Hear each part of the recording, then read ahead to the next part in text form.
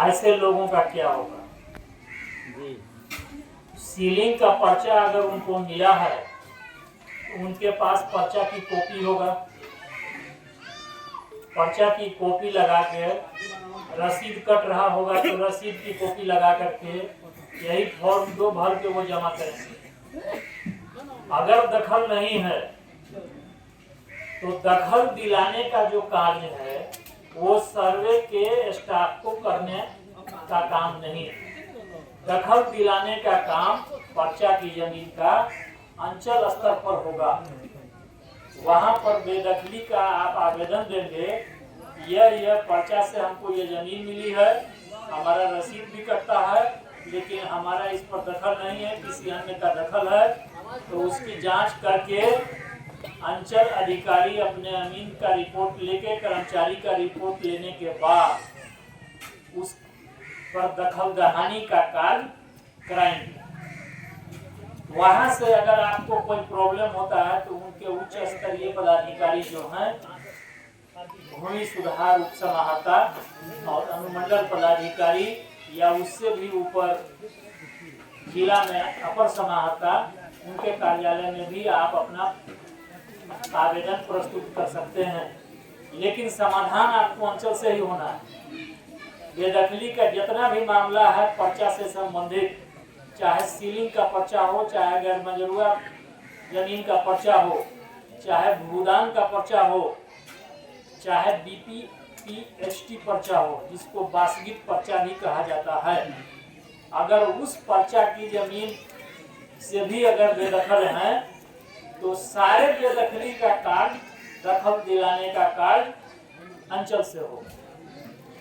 अब हम लोगों का जो कार्य है सर्वे का, आपके पर्चा और आपकी रसीद के अनुसार खाता खोलना है, ठीक है। अगर उस प्लॉट पर आपका दखल नहीं है तो कॉलम में लिखा हुआ रहेगा अभियुक्ति में कि यह आदमी दखलकार नहीं है।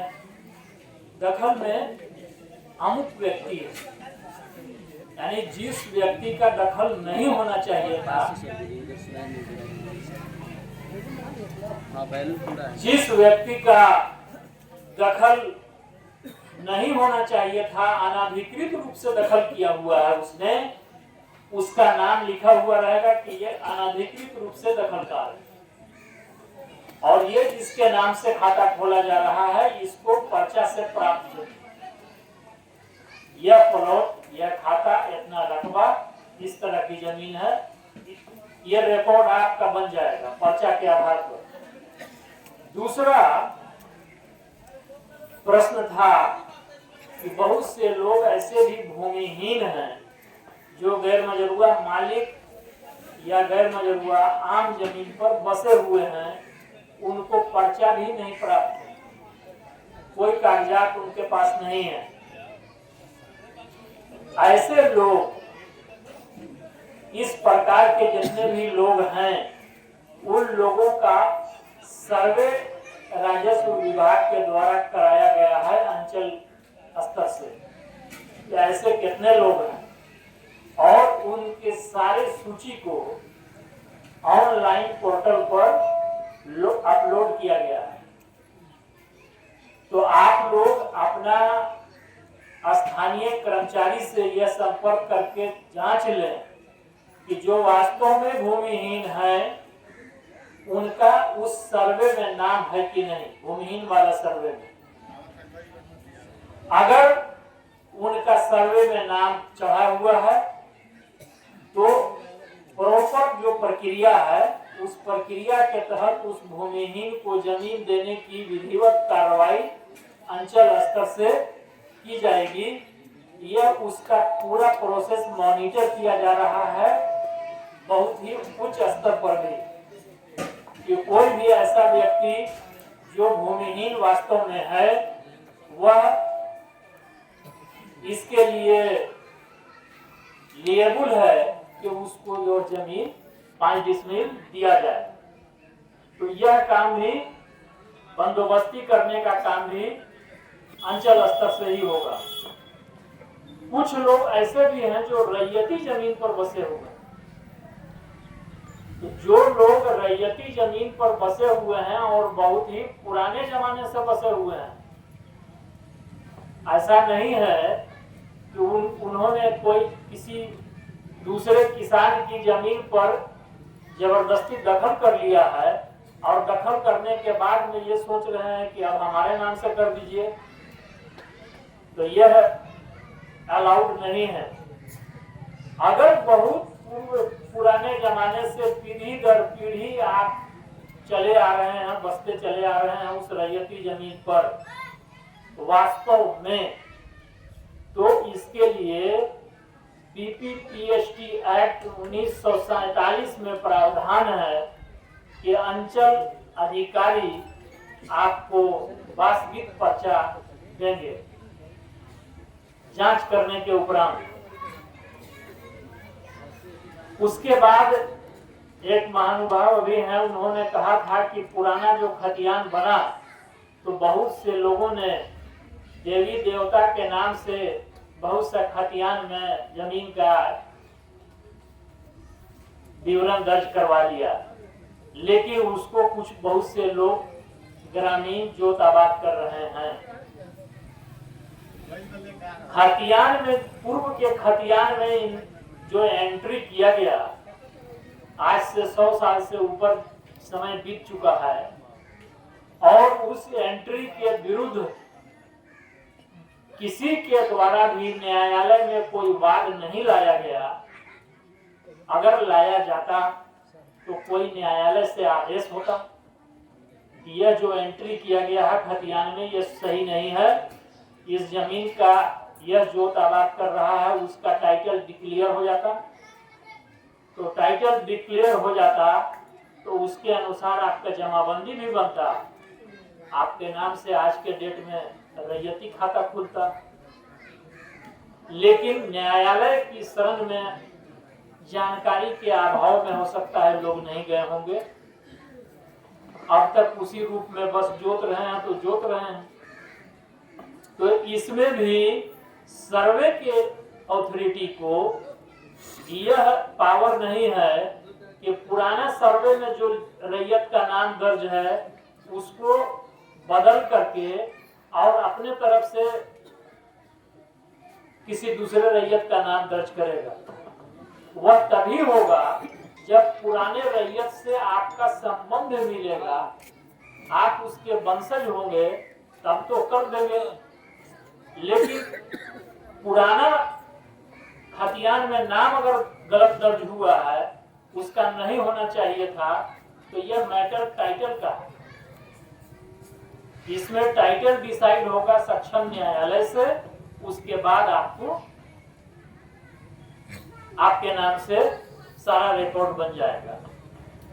फिर एक जगह यह भी बोला गया कि बहुत सी ऐसी जमीन है जिस जमीन पर न्यायालय में मुकदमा चल रहा है, तो मुकदमा चल रहा है उसका भी सर्वे होगा। जो रिकॉर्ड अवेलेबल है उस रिकॉर्ड के अनुसार सर्वे का रिकॉर्ड तैयार किया जाएगा और आप मुकदमा का पेपर लगा करके दीजिएगा, तो मुकदमा का केस संख्या भी उसमें दर्ज किया जाएगा कि इस न्यायालय में यह केस नंबर इतना लंबित है। तो लंबित जब लिखा जाएगा केस नंबर, तो उस केस का जजमेंट जो भी आएगा वो इस पर प्रभावी हो जाएगा। जिसके पक्ष में फैसला होगा वो जमीन उसकी हो जाएगी। तो जो भी केस लंबित है वो अपने केस का भी कागजात सर्वे स्टाफ को दे देंगे। उसके बाद में एक प्रश्न यह था कि जमीन का सरकार के स्तर से क्रय किया गया और क्रय करने के बाद में वह जमीन भूमिहीन को वितरण किया गया, लेकिन उस भूमिहीन व्यक्ति को उसका डीड दस्तावेज नहीं दिया गया। तो दस्तावेज की कॉपी उस भूमिहीन व्यक्ति को मिलनी चाहिए और उसका रसीद भी मिलना चाहिए। उसमें जो क्रय नीति में जो रिकॉर्ड तैयार होता है, त्रिपक्षीय रिकॉर्ड तैयार होता है। एक व्यक्ति बेचने वाला, दूसरा व्यक्ति सरकारी आदमी जो उस जमीन को लिया और पेमेंट किया बेचने वाले को, और तीसरा व्यक्ति वह होता है जिसको वो जमीन दिया जा रहा है, भूमिहीन का नाम। तो उस डीड में 3 लोगों का नाम रहता है। आमतौर पर जो डीड होता है उसमें 2 पक्ष का नाम रहता है, एक बेचने वाला एक खरीदने वाला, लेकिन उस डीड में 3 लोगों का नाम रहता है, एक बेचने वाला, एक सरकारी पदाधिकारी और एक जिसको जमीन देना है, वितरण करना है, उसका भी नाम रहता है। उसी आधार पर उस व्यक्ति का हक, ऑनरशिप बन जाता है।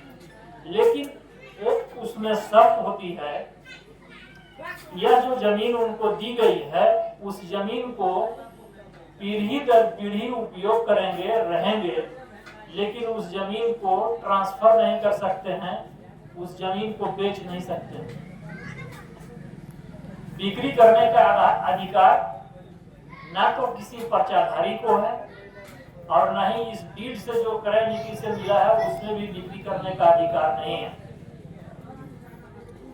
उसके बाद एक ग्रामीण है, उनका कागज कहना था कि जमीन का कागजात अभी नहीं है और अभी हमको फॉर्म भर के जमा करना है, तो अभी हम क्या करेंगे। हो सकता है आपके पास अगर खतियानी जमीन होगी तो खतियान की कॉपी नहीं होगा, अगर पूर्वज का रजिस्ट्री किया हुआ होगा, खरीदा हुआ, तो हो सकता है आपके यहाँ से रजिस्ट्री का दस्तावेज नष्ट हो गया होगा। इन दोनों परिस्थिति में करना है क्या, अगर आपके पास में खतियान नहीं है तो जिला के अभिलेखागार से, रिकॉर्ड रूम से खतियान का नकल लेना, और अगर दस्तावेज नहीं है तो जिला के निबंधन कार्यालय से दस्तावेज का नकल लेना, और नकल में थोड़ा समय लगेगा। पहले से अगर जागरूक रहते तो निकालते, लेकिन अब समय आ गया है सर्वे का, तो ऐसे जितने भी लोग हैं वो प्रयास में लग जाएं। लेकिन दस्तावेज नहीं होने के बावजूद आपकी रसीद कटती होगी, आपकी जमाबंदी होगी, तो कम से कम अपना रसीद लगा करके आप आवेदन अप्लाई कर दीजिए और उसमें यह भी लिख दीजिए कि मैं अपने दस्तावेज का नकल प्राप्त करने के लिए आवेदन जिला निबंधन कार्यालय में कर दिया। तो आपका वेट में रहेगा कि ठीक है, अभी फिलहाल खतियान से इस जमीन की जांच कीजिए कि क्या यह जमीन रैयती है। अगर रैयती खाते की जमीन है आपकी पुराने खतियान से और आपकी जमाबंदी चल रही है, आपका शांतिपूर्ण दखल कब्जा है, तो आप इस खतियान, नए खतियान में नाम दर्ज होने के लिए उपयुक्त है। आप बाद में भी दीजिएगा या जो भी प्रावधान मार्गदर्शिका में है आपका इसके अनुसार उपाय हो जाएगा। उसी रूप से खतियान अगर नहीं है तो खतियान का नकल निकाल लीजिए। और एक चीज आप सभी की जानकारी में यह भी आपको बता दें कि भू सर्वेक्षण पोर्टल, भू अभिलेख पोर्टल पर, सरकार का पोर्टल है ऑनलाइन, उस पर बिहार के अधिकांश जगह का, अधिकांश मौजा का स्कैन करके ओरिजिनल जो रिकॉर्ड रूम में खतियान रखा हुआ है उसकी स्कैनिंग करा करके उस वेबसाइट पर लोड कर दिया गया है। तो आप उसको भी देख सकते हैं। अगर नहीं मिलता तो आप रिकॉर्ड रूम में नकल अप्लाई करके खतियान का नकल ले लीजिए, वंशावली बना लीजिए, लगान रसीद लगाइए और यहाँ जमा कर दीजिए। उसके बाद एक सवाल था कि भूदान की भी जमीन है और कुछ सिकमी रैयत भी है। तो भूदान में तो वही जो पर्चा की जमीन है, अगर आपका कब्जा नहीं है तो अपने कब्जा के लिए अंचल कार्यालय में आवेदन दे दीजिए। और अगर आपका कब्जा में भी हैं या कब्जा में नहीं हैं, लेकिन आप अपना पर्चा और अपना लगान रसीद लगा करके फॉर्म 2 भर के जहां जमा कर दीजिए। कब्जा का आवेदन अलग से अंचल में दे दीजिएगा। सिकमी रैयत जो होंगे, तो सिकमी रैयत का जो अवधारणा है वह यह है कि वो ओरिजिनल मूल रैयत नहीं है। सिकमी का मतलब होता है अंडर रैयत, दर रैयत, यानी आप इस जमीन का मालिक कोई और है, मूल रैयत कोई और है, लेकिन इस जमीन पर यह व्यक्ति बसा हुआ है, यह व्यक्ति जोत आबाद कर रहा है, वो असली मालिक नहीं है, फिर भी वह जोत आबाद कर रहा है। तो सिकमी रैयत अगर कोई भी व्यक्ति हैं और आज के डेट में भी दखल कब्जा में हैं, तो उनके दखल कब्जा को प्रोटेक्ट करने के लिए बीटी एक्ट में लॉ बना हुआ है। आपको प्रोटेक्शन मिलेगा, कोई आदमी आपको बेदखल नहीं कर सकता।